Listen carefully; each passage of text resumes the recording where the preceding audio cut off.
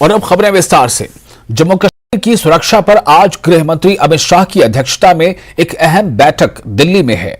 North block में होने वाली इस बैठक में जम्मू कश्मीर के lieutenant governor Manoj Sinha, DGP, गृह सचिव और गृह मंत्रालय के उच्च अधिकारी शामिल होंगे।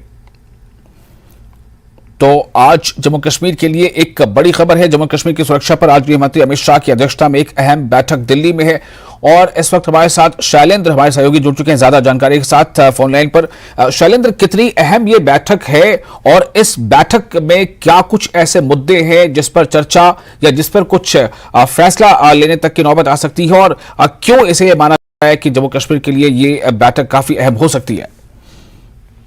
देखिए विशाल, अगर हम आज की बैठक की बात करें तो गृह मंत्री अमित शाह इस बैठक को चेयर करने वाले हैं। आज दोपहर 3 बजे नॉर्थ ब्लॉक में ये बैठक होगी।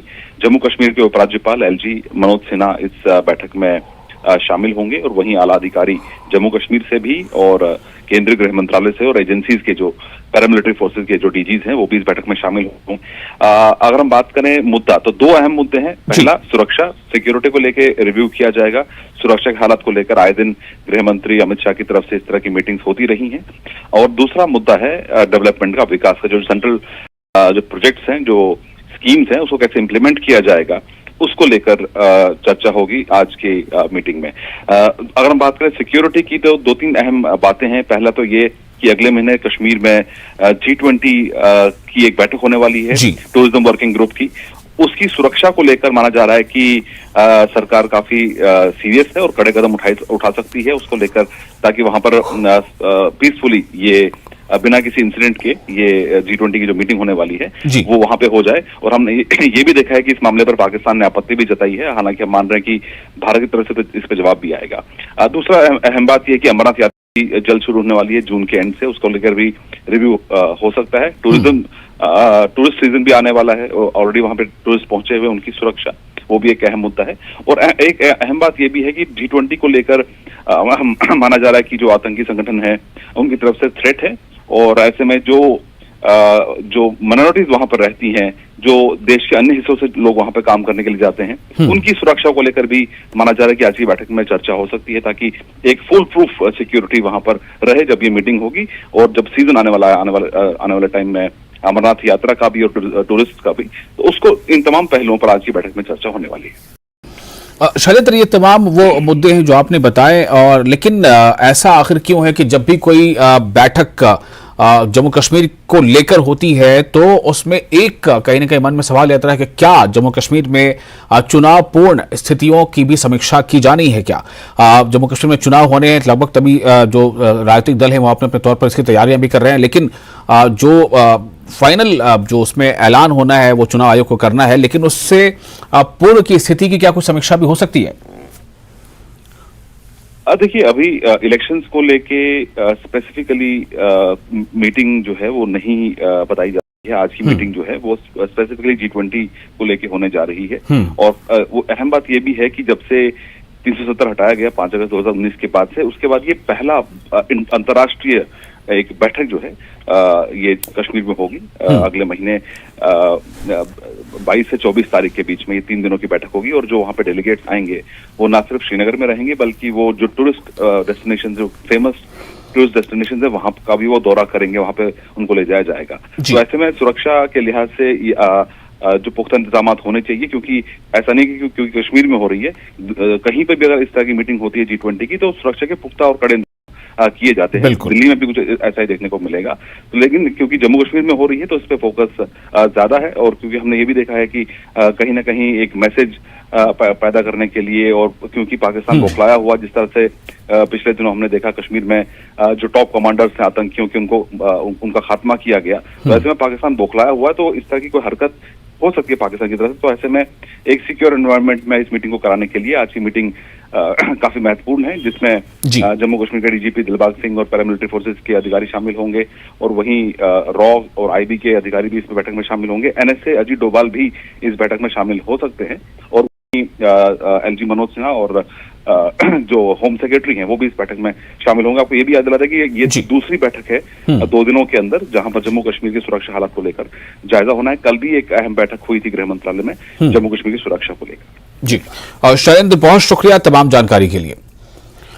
और रुख करेंगे अगली खबर का। इस साल ट्यूलिप गार्डन के पिछले साल के 3,60,000 पर्यटकों के आगमन के रिकॉर्ड को तोड़े जाने की उम्मीद है। जी हां, इस साल जो लगातार जिस तरह से पर्यटकों का आगमन जारी है या उनका आने का सिलसिला जारी है, ऐसी उम्मीद की जा रही है कि पिछले साल का रिकॉर्ड टूट सकता है। सिर्फ 25 दिनों में 3 लाख से ज्यादा पर्यटक यानी जो सैलानी हैं, जो सयाह हैं, वो ट्यूलिप गार्डन पहुंच चुके हैं, ट्यूलिप गार्डन का रुख कर चुके हैं, वहां की खूबसूरती को अपनी आंखों से निहार चुके हैं और ये संख्या लगातार बढ़ रही है। कश्मीर में जून से अप्रैल तक पर्यटन सीजन को पहले से शुरू करने का ये इरादा ट्यूलिप गार्डन के खुलने से पूरा हो गया है, ऐसा लगता है।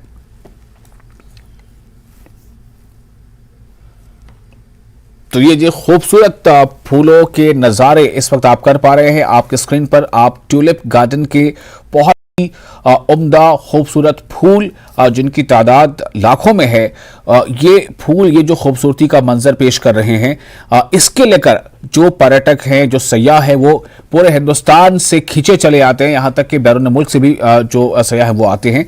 तो इस बार ऐसे बहुत ऐसी आशा है इस बात की कि जिस संख्या में पर्यटक इस बार चले आ रहे हैं, पिछले बार का जो रिकॉर्ड है संख्या का, पर्यटकों की संख्या का, वो टूट सकता है। हमारे साथ हमारे सहयोगी परवेज जुड़ चुके हैं ज्यादा जानकारी के साथ। परवेज, सुबह सुबह बात करना ट्यूलिप गार्डन की खूबसूरती, इससे अच्छा शायद कुछ हो नहीं सकता। और दूसरी बात यह भी है कि इशारे ये क्या वाकई मिल रहे हैं कि पिछली बार का पर्यटकों की संख्या का जो रिकॉर्ड है, क्या वो टूटने वाला है? बिल्कुल विशाल, अगर हम सुबह सुबह फूलों की बात करें और वो भी गुले लाला की बात करें तो बेशक दिन जो है वो अच्छा निकलता है। और अगर हम बात करें यहाँ के ट्यूलिप गार्डन की, तो ट्यूलिप गार्डन इस बारी पूरी इस तैयारी में है कि जो पिछले साल का 3.60 लाख का रिकॉर्ड था, पिछली बार 3,60,000 टूरिस्ट जो है वो ट्यूलिप गार्डन आए थे पूरे सीजन में। लेकिन इस बारी जो आंकड़े रहे हैं, अभी 25 दिन ही हो गए हैं, आज 26वां दिन है ट्यूलिप गार्डन का खुलने का, और कल शाम तक के जो आंकड़े हैं वो 3 लाख टूरिस्ट जो हैं वो तजावुज कर गए थे। न सिर्फ 3 लाख टूरिस्ट, इस बारी अगर सबसे बड़ी जो है अहम बात इसमें है वो रेशो है।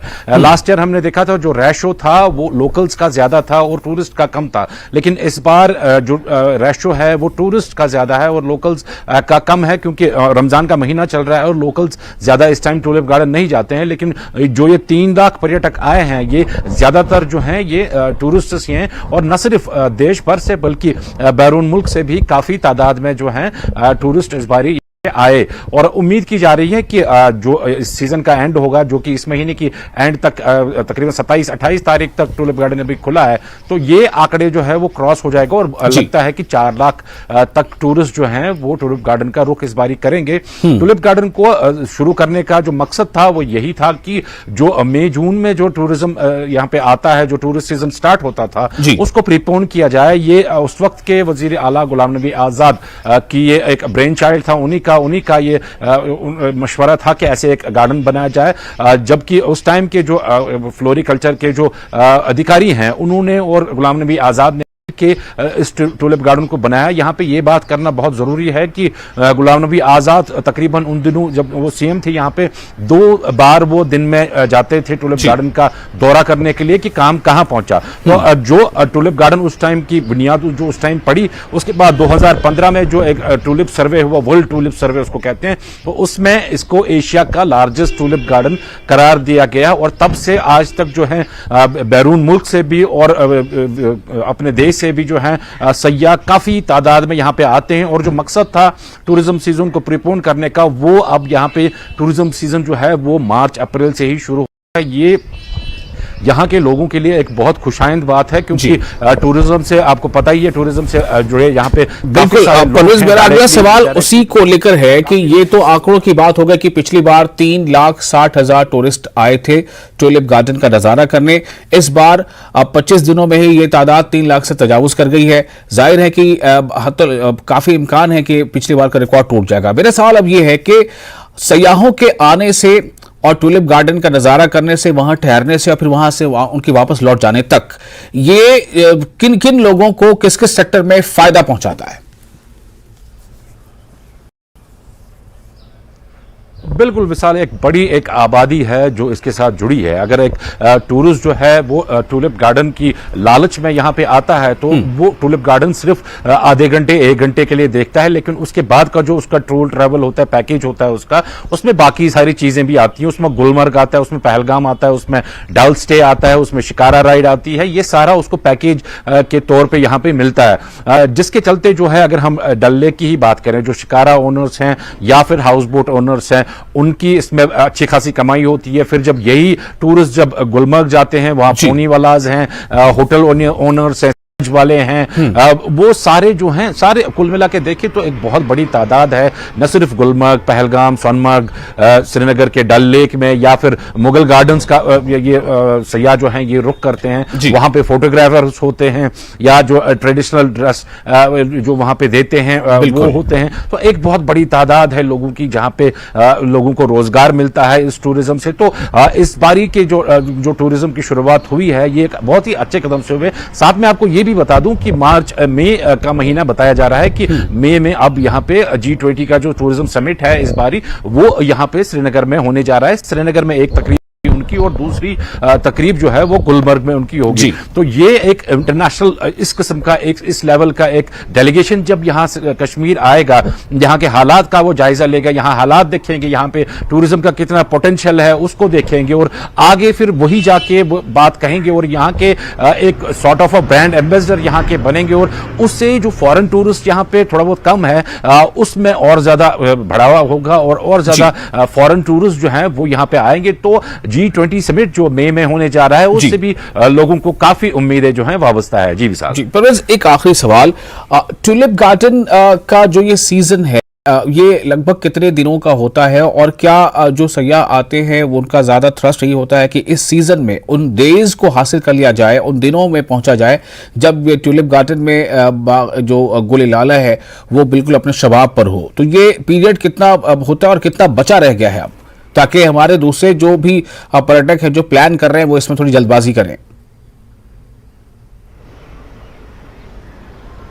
अब बिल्कुल विशाल, मैं आपको बता दूं, हालांकि टूलिप का फूल जो खुद है उसकी लाइफ काफी कम होती है। ये ज्यादा से ज्यादा मैक्स ये 10 डेज के लिए रहता है, लेकिन जिस तरह से सोविंग होती है टूलिप गार्डन में टूलिप्स की, उसके चलते जो ब्लूम है वो कंटिन्यू रहता है, क्योंकि इनको सेक्शन वाइज जो है सो किया जाता है और मौसम तकरीबन यही रहता है। पहले एक जगह पे ब्लूम होता है, वो थोड़ा कम होने लगता है तो दूसरी जगह से ब्लूम निखर के आता है। तो इसी तरह से कंटिन्यू ये, क्योंकि इसमें पैचेस हैं, इसमें लेवल्स हैं टूलिप गार्डन में, तो इस वजह से अलग अलग लेवल्स के अलग अलग पैचेस के जो टूलिप्स हैं वो तकरीबन 40-45 दिन तक ऐसे ही खिले रहते हैं। और इस महीने की 27 या 28 या ज्यादा से ज्यादा इस महीने के एंड तक जो है ये ब्लूम जो है वो इसमें टूलिप गार्डन में रहेगा और जो पर्यटक हैं वो अभी आ सकते हैं यहाँ पे और यहाँ जो टूलिप गार्डन का नजारा है उससे लुत्फ हो सकते हैं। हालांकि जो स्प्रिंग सीजन इस टाइम यहाँ पे चल रहा है उसके चलते जो है बाकी काफी सारी एक्टिविटीज भी है यहाँ पे आलमंड ब्लूम भी चल रहा है इस टाइम। यहाँ पे मस्टर्ड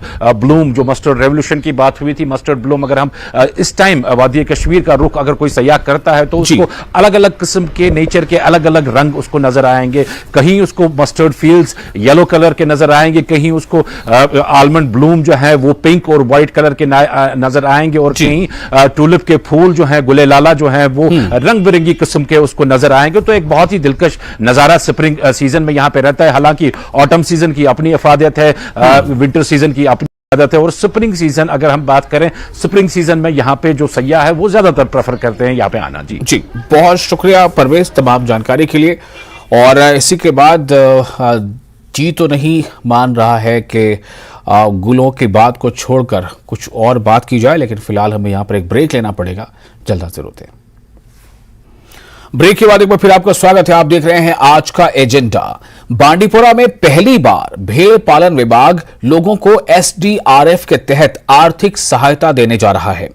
गौरतलब है कि जून के महीने में गुरेज के राजदान पास स्थित कुछ चारागाहों में भेड़ पालने वाले लोग अपने पशुओं के साथ थे। इस दौरान अचानक मौसम बदल गया और अप्रत्याशित बर्फबारी के कारण सैकड़ों भेड़ों की मौत हो गई। वैसे इस दुर्घटना को प्राकृतिक आपदा घोषित करने के बाद अब 112 पीड़ितों की सूची तैयार की गई है और इन लोगों की आर्थिक सहायता के लिए 15 लाख रुपए जारी किए गए हैं। और बांडीपोरा से हमारे साथ हमारे सहयोगी सईद जुड़ चुके हैं ज्यादा जानकारी के साथ। सईद, ये 15 लाख रुपए की मदद जो रकम जारी की गई है, ये मदद कितने लोगों में बंटनी है और उसका आधार क्या होगा, किस बुनियाद पर ये रकम तकसीम होगी, और इसे जो आपदा यानी प्राकृतिक आपदा नेचुरल क्लैमिटी के तौर पर इसे जो माना गया है, तो इससे क्या वाकई ये जो रकम मिलनी है ये इनके लिए काफी होगी?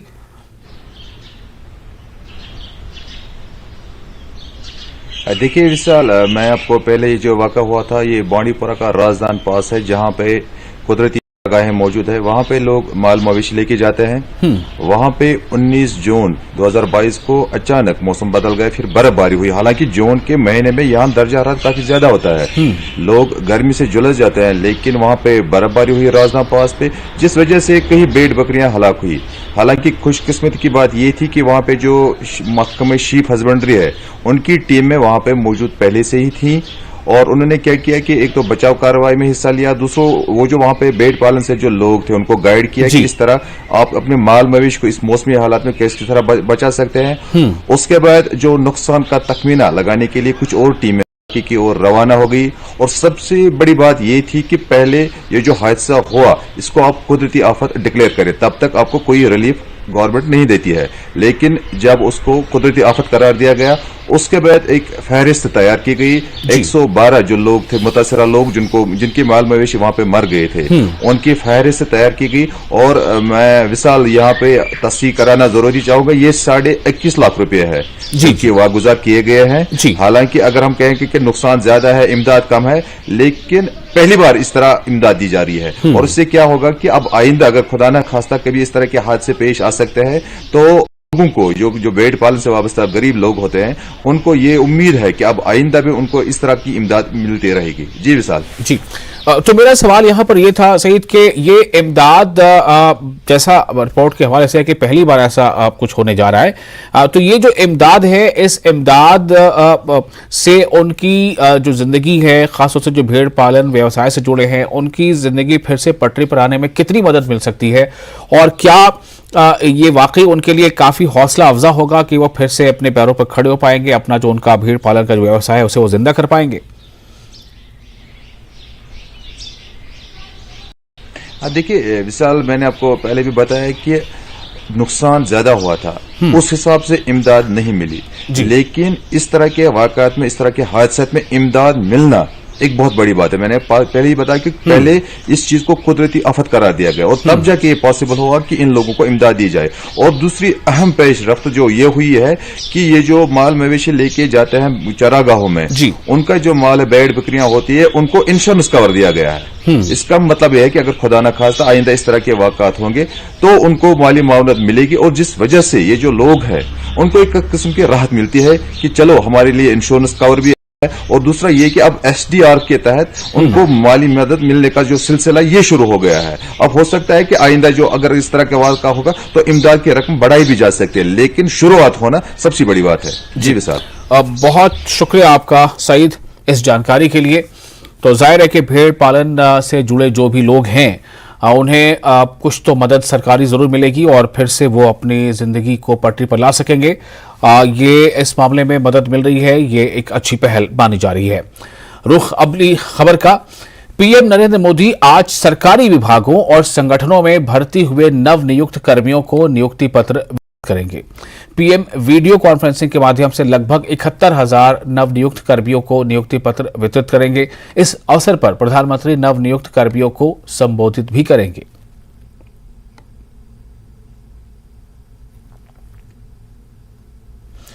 और इस वक्त एक ब्रेकिंग न्यूज आपको हम देने जा रहे हैं। खबर यह है कि बारामूला से एक बड़ी खबर हमारे पास आ रही है।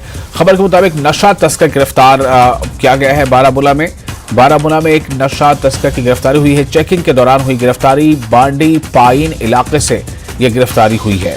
स्पैस्मो प्रॉक्सिबॉन प्लस की मिली है 56 गोलियां और इस बारे में केस भी दर्ज कर लिया गया है। तो जिस तरह से लगातार जो ड्रग पेडलर्स हैं और जो नशा की तस्करी से जुड़े लोग हैं उनको पुलिस जो है लगातार निशाने पर ले रही है, उन्हें उनके बारे में जानकारी इकट्ठा कर रही है, उन्हें रेड हैंड पकड़ रही है, उन्हें गिरफ्तार कर रही है, ताकि इसके जो बुरे असरात हैं, जो इसका बुरा प्रभाव है समाज पर, यूथ पर, वो कम से कम पड़े। तो बारामूला से इस वक्त की बड़ी खबर है कि बारामूला में नशा तस्कर गिरफ्तार किया गया है। चेकिंग के दौरान यह गिरफ्तारी हुई है। बांडी पाइर इलाके से यह गिरफ्तारी अमल में आई है। स्पाज्मोप्रॉक्सिवॉन प्लस की मिली हैं 56 गोलियां इनके पास से, और इस मामले में केस भी दर्ज कर लिया है।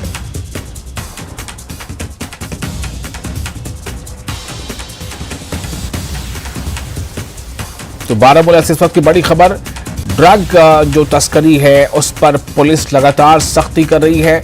बारामूला से बड़ी खबर यह है कि नशा तस्कर जो है उनकी गिरफ्तारी हुई है। चेकिंग के दौरान हुई है गिरफ्तारी। बांडी पाइन इलाके से यह गिरफ्तारी अमल में आई है, और इनके पास से नशे के लिए जो स्पाज्मोप्रॉक्सिवॉन प्लस की गोलियां होती है, ऐसी 56 गोलियां इनके पास से बरामद की गई है।